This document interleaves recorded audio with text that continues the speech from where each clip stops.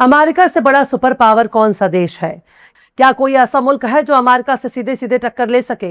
पर ईरान ने 40 दिनों की जंग के दौरान जिस तरह से अपना जौहर दिखाया है, उसने पूरी दुनिया को यह मानने पर मजबूर कर दिया है कि अमेरिका अब सुपर पावर नहीं है। उसके पास सुपर पावर का डंका पीटने के अलावा और कोई भी ताकत नहीं है। वो खुद से कमजोर मुल्कों पर ही हमला कर सकता है, लेकिन ईरान ने अमेरिका का मुंह तोड़कर बता दिया है, किसी को कमजोर समझना तुम्हारे नजर ही कमजोर है। अमेरिका ने ईरान को बहुत कमजोर समझकर उस पर हमला कर दिया।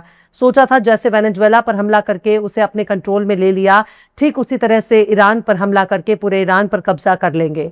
फिर ईरान का तेल भी अमेरिका का हो जाएगा, ईरान का गैस भी अमेरिका का हो जाएगा, ईरान के कुदरती वसाइल भी अमेरिका के हो जाएंगे, ईरान के अर्थ मिनरल भी अमेरिका के हो जाएंगे। लेकिन हुआ ठीक इसका उल्टा। ट्रंप बाबू ने जो जो सोच रखा था उन सब पर ईरान ने कालिक पोत दी। ईरान ने अमेरिकियों के गाल पर जोरदार तमाशा मारा। ईरान ने खुद पर हमले के बाद जिस तरह का पलटवार किया, उसने जंग का नक्शा ही बदल दिया। ईरान के जवाबी हमले को रोकने की कुव्वत ना अमेरिका में है ना इसराइल में। इसराइल के कई इलाके खंडर में तब्दील हो गए। पता ही नहीं चल रहा था कि तेल अवीव है या गजा। लेकिन तस्वीरों को झुटलाया नहीं जा सकता।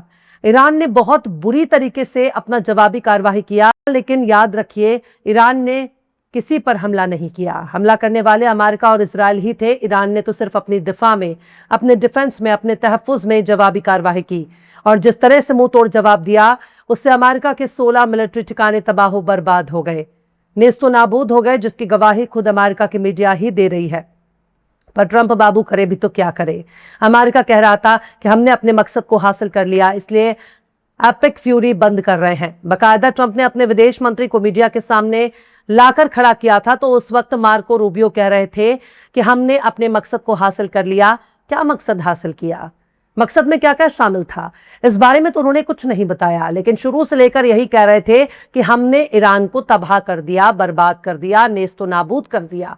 अमेरिका और इजराइल यही दावे कर रहे थे कि ईरान के मिसाइल सिस्टम खत्म हो गए, लॉन्चर खत्म हो गए, ईरान की फौज कमजोर हो गई, उनके पास लड़ने की ताकत नहीं है।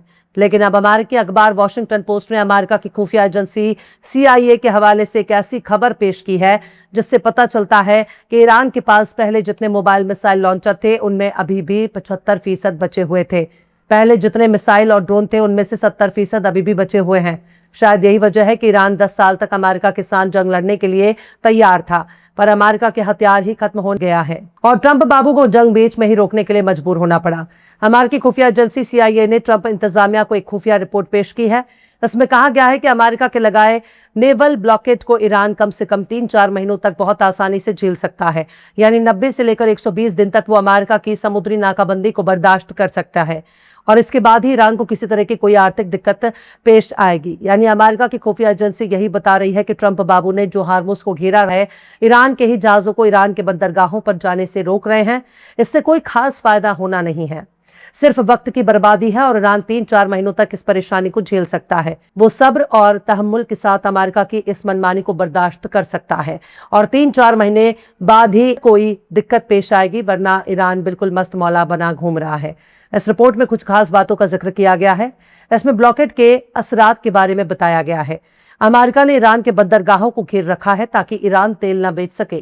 ट्रंप का यह ख्याल है कि इससे ईरान जल्दी हार मान लेगा, लेकिन CIA कहती है कि ईरान ने तैयारी कर ली है। ईरान ने अपने तेल को बड़े बड़े ऑयल टैंकरों में स्टोर कर लिया है। तेल के कुओं को कम चलाकर वे हिकमत अमली से काम ले रहा है और ट्रक या रेल से जमीन के रास्ते तेल बेच रहा है। इसलिए 3-4 महीने तक ईरान ठीक ठाक रह सकता है, पर बात सिर्फ यहीं तक नहीं है। ईरान ने अपने अंडरग्राउंड गोदाम को फिर से खोल लिया है, तबाह हो चुकी मिसाइलों को ठीक कर लिया है और नई मिसाइलें भी बना चुका है।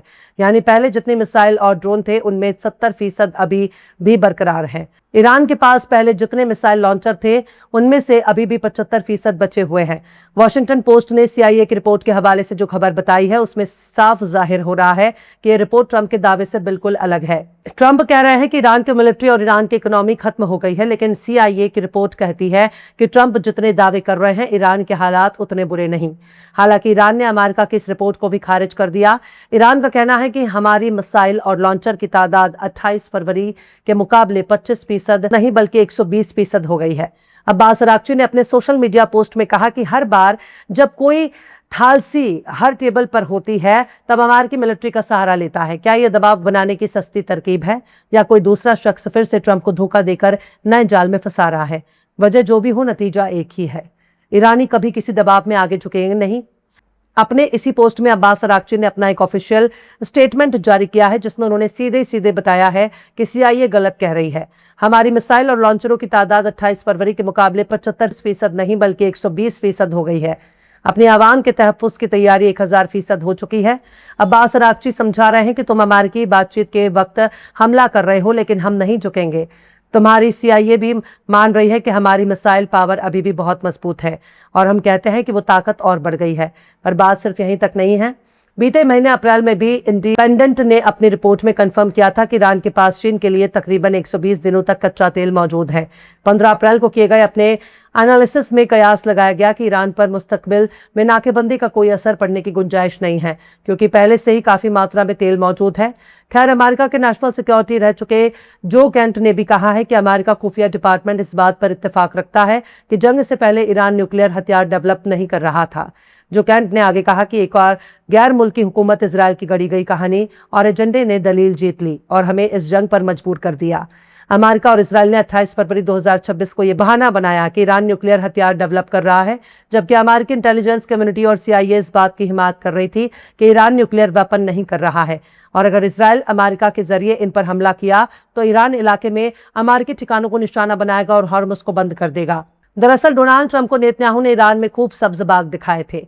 यही समझा था कि ईरान के सुप्रीम लीडर को अगर मार दिया जाए तो ईरान की हुकूमत गिर जाएगी, ईरान घुटनों पर आ जाएगा और हम बहुत ही आसानी से अपनी कठपुतली शाह पहलवी के बेटे को बिठा सकते हैं, जो कि बहुत खुश था, इंतजार कर रहा था कि कब ईरान में इसकी गद्दी संभालने का मौका मिलेगा। लेकिन ऐसा हुआ कुछ भी नहीं। दरअसल ये जंग ही पूरी तरह से झूठ की बुनियाद पर लड़ी गई। कोई भी अमेरिका की दलील से इत्तेफाक नहीं रखता। अमेरिका की दलील से सिर्फ इजराइल ही इत्तेफाक रखता है क्योंकि जो दलील अमेरिका दे रहा है वो दलील अमेरिका की नहीं बल्कि इजराइल की है और इजराइल की दलील को ही दोहरा दोहरा कर अमेरिका बार बार बेइज्जत हो रहा है। पर वो अपनी तकलीफ किससे बयां करे? इसको मालूम है कि जेफरी एप्स्टीन की यारी दोस्ती ने इसे इजराइल के हाथों में कठपुतली बना दिया है। इजराइल अमेरिका के सदर को कंट्रोल कर रहा है और इसे अपनी उंगलियों पर नचा रहा है। लिहाजा आगे चलकर ट्रंप कुछ भी कर सकता है क्योंकि वो इजराइल के चंगुल में है और डोनाल्ड ट्रंप कुछ भी करने के लिए मजबूर है। फिलहाल इस खबर में बस इतना ही। यह एपिसोड आपको कैसा लगा कमेंट बॉक्स में जरूर से बताइए। पसंद आए तो लाइक करें, शेयर करें और बेबाक, निष्पक्ष, स्वतंत्र पत्रकारिता को सपोर्ट करने के लिए हमारे चैनल टाइम्स मेल को जरूर से सब्सक्राइब करें और बेल आइकन की घंटी वाली बटन जरूर से दबा दें ताकि आपको हमारे आने वाले नए वीडियो की नोटिफिकेशन फौरन ही मिल जाए। फिर मिलते हैं किसी और वीडियो में एक नई खबर के साथ। हर्षिता मिश्रा को दीजिए इजाजत। जय हिंद। अगर अभी तक आपने हमारे चैनल टाइम्स मेल को सब्सक्राइब नहीं किया है तो जल्दी से सब्सक्राइब कर दें और बेल आइकन भी प्रेस कर दें।